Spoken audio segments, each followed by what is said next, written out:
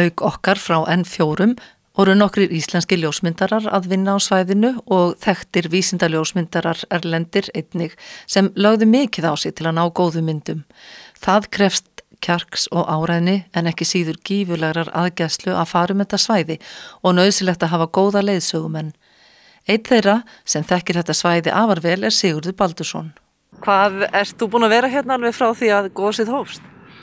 Já, ábyggilega væri ég búin að gera það ef ég væri með svona langtíma leyfi, en ég hef aðalega verið að flytja blaðamenn og sjónvarpsmenn og erlenda vísindaljósmyndara, kann maður segja.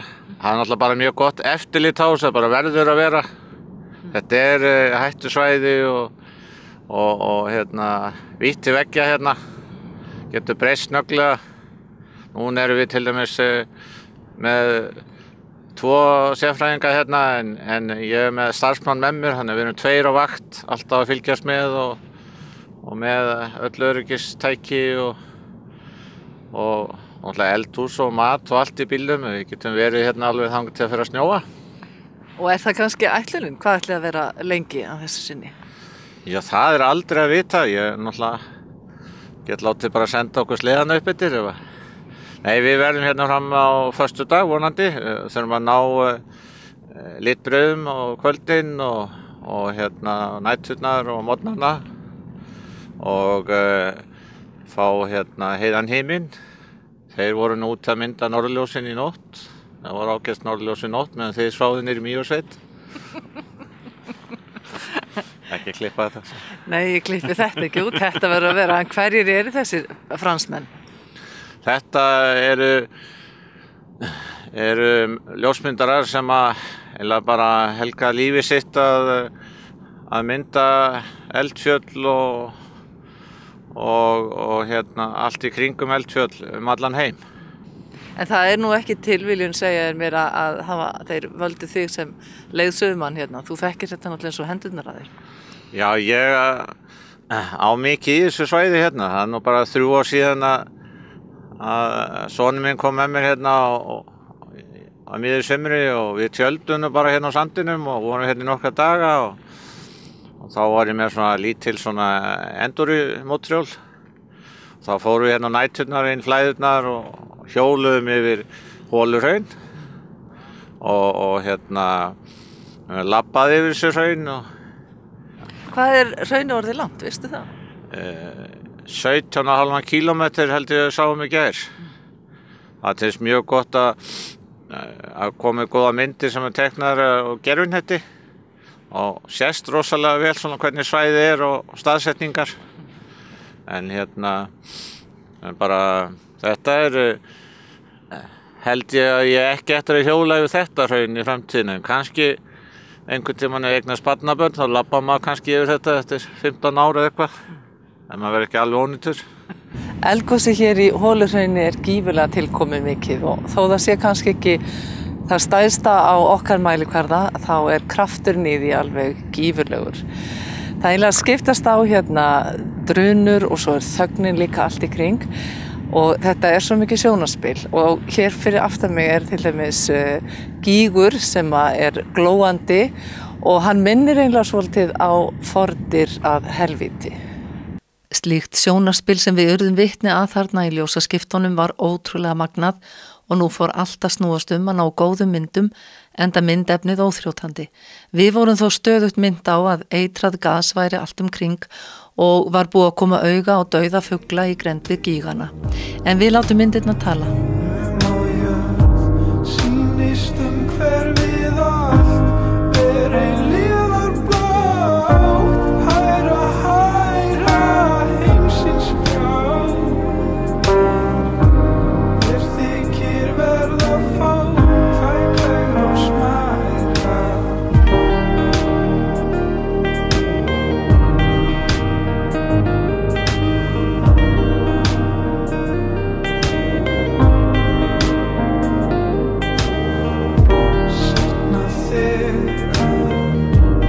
Hér inn í Dreka er aðsetur landvarðarins og nú er klukkan að verða miðnætti og hann er enn að störfum.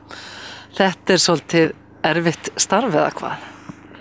Já, það getur verið það, en mjög skemmtilegt, engu að síður. Langur vinnudagur? Já, hann á nú ekki að vera það sko, en það náttúrulega sérstakar aðstæður innan núna. Hverjir eru hérna í kringu þig núna? Núna á svæðinu hópur hérna frá Jarðvísindastofnun sem svona aðal vísindahópurinn hérna á svæðinu núna sem sem sagt að veita upplýsingar til almannavarna og þannig, svo eitthvað ljósmyndara, eitthvað fjölmiðla og þeir eru held ég bara svolítið ennþá á vappi. Svo hérna lögreglan líka með 2 menn hérna á vakt. Þannig að það óvenju gestkvæmt hjá þér þessa dagana? Já, jafnvel þó að séu nú takmarkanir á því, þá alveg alltaf eitthvað af fólki, sko. En í hverju felst starf landvarðar? Það rosalega fjölbreytt, sko, og erfitt að lýsa kannski stuttu máli. En það fyrst og fremst að bara vera talsmenn þjóðgarðsins á svæðinu. Það náttúrulega sérstök náttúruverndarlög sem gilda þessu svæði og við sjáum til að þeim sé framfylgt, en svona skemmtilegasti og svona aðal hlutin af starfinu samt fræðsluhlutverkið og þá erum við sem sagt að miðla upplýsingum og alls konar fræðslu svæðið til gesta, þá í formi fræðslu. Það eru fræðslugöngur hérna á hverjum degi yfir sumartíman, svona hátíman og svo bara svona að spjalla við fólk og svara spurningum, bara upplýsingagjöf almennt. Ertu einn eða eru þið fleiri? Núna ég einn þegar ég komið svona seint á sumarið, en núna í sumar höfum við verið 2 á vakt oftast, en sem sagt 3 sem erum að rótera því. En þú þarft að vera áfram út af aðstæðunum hér, út af eldgosinu eða hvað? Já, allavega eins og staðan í dag, meðan það ennþá straumur af fólki inn á svæðið, þá verð ég ennþá hér. En svo eru aðstæðunar að breytast dag frá degi, það veður, það gos, þannig að... Það kólnar hratt, maður finnur það. Já, það búið að snúast núna aðeins í þessar svona norðlægu og austlægu áttir og þá kemur kuldinn frekar. Einhvern tímann einmannalegt hérna? Nei, aldrei. Aldrei nokkuð tímann. Það alltaf, ertu búin að hafa gesti hvern einasta dag, hverja nótt í allt sumar? Já, núna í allt sumar, en það eiginlega bara þannig að jafnvel þó maður sé einn hérna, þá maður aldrei einmanna. Þetta bara svo merkilegt svæði. Ég veit ekki alveg hvernig á að lýsa því, en þegar maður einhvern veginn, þegar maður eyðir svona miklum tíma hérna, þá nær maður einhverju svona vissri tengingu við svæðið og það bara svona næstu eins og það sé bara alltaf einhver hjá manni eða einhver, það alltaf maður öruggur, maður finnur alltaf fyrir öryggi. Og jafnvel þó það gjósi? Já, nú kannski annað öryggi það. Það svona aðeins öðruvísa, sko. En hvað segirðu fólki þegar það að koma? Þú ert hérna með göngur á hverjum degi. Hvað ertu að segja? Hvað myndirðu segja mér ef ég labbaði með þér þetta fallega svæði? Oftast þessar göngur farnar hérna inn í ösku og þá eru við mjög mikið bara svona að lýsa jarðsögunni þar og setja hana kannski í samhengi við jarðsögun á Íslandi.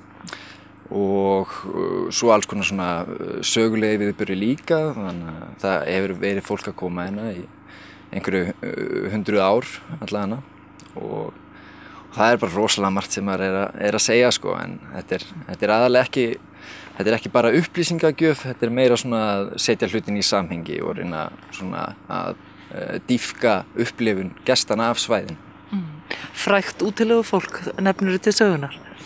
Já, það voru nú alltaf mikið að útilegumanna sögum þetta svæði, en það voru ekki útilegumenn hérna í ösku svo vita sér til, en náttúrulega hérna á svæðinu í Herðubreiðarlindum og Hvannalindum, þar voru náttúrulega, þar var fjallaeyvindur.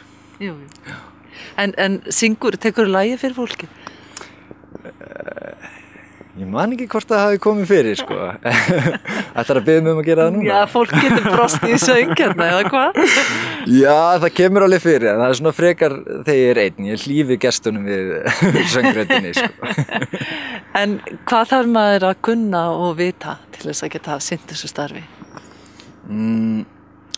það kannski frekar bara að vera góður í að koma upplýsingum frá sér heldur en að vita rosalega mikið og svo þetta eitthvað sem kemur bara með tímanum þegar maður að vinna hérna. Stór partur af vinnun okkar að fræðast svæðið og þess vegna til dæmis þessi samvera og samtal við jarðvísindamenn á svæðinu og alls konar fólk sem að koma á svæðið, það mjög mikilvægt og við erum alltaf svona að pota í þá og reyna að fá sem mest út úr þeim sko. Og svo náttúrulega bara að lesa til sjálf. Hefurðu verið hérna lengi? Mörg sumur? Þetta 3. sumarið mitt núna. Ætlar að vera áfram næsta sumar? Það ekki alveg komið á hreint sko. Ég að stefna að fara í doktorsnám sem að banna mér að vinna. Þannig og doktor í hverju ætlar að verða? Þetta í rökfræði, heimspeki og rökfræði. Það lítur að vera mjög gott að íhuga hérna og einmitt að fara í rökfræði við sjálfan sig eða eitthvað. Já, það það. Og það sem ég ætla að reyna að nota til að færa rök fyrir því að ég fái að vinna þinn áfram sko. Ást, hvað þetta gífurlega stórt svæði. Hraunið eitt og sér myndi ná yfir stóran hluta byggðar í Reykjavík en hraunrennsli enn öflugt og hefur ekki dregið úr því. Það tilkomið mikil sjón að sjá sjóðandi heitt hraunið renna hér út í Svartána meira en 17 kílómetra langa leið og hingað heyrast runurnar frá gosstöðvunum. Starf vísindamanna meðal annars að reyna að spá fyrir framvindu gossins og haft eftir Ármanni og Höskuldsyni eldfjallafræðingi að 4 möguleikar séu taldir líklegastir. Að innflæði kviku stöðvist og skjálftahrina fjari út og ekki komi til annars eldgoss.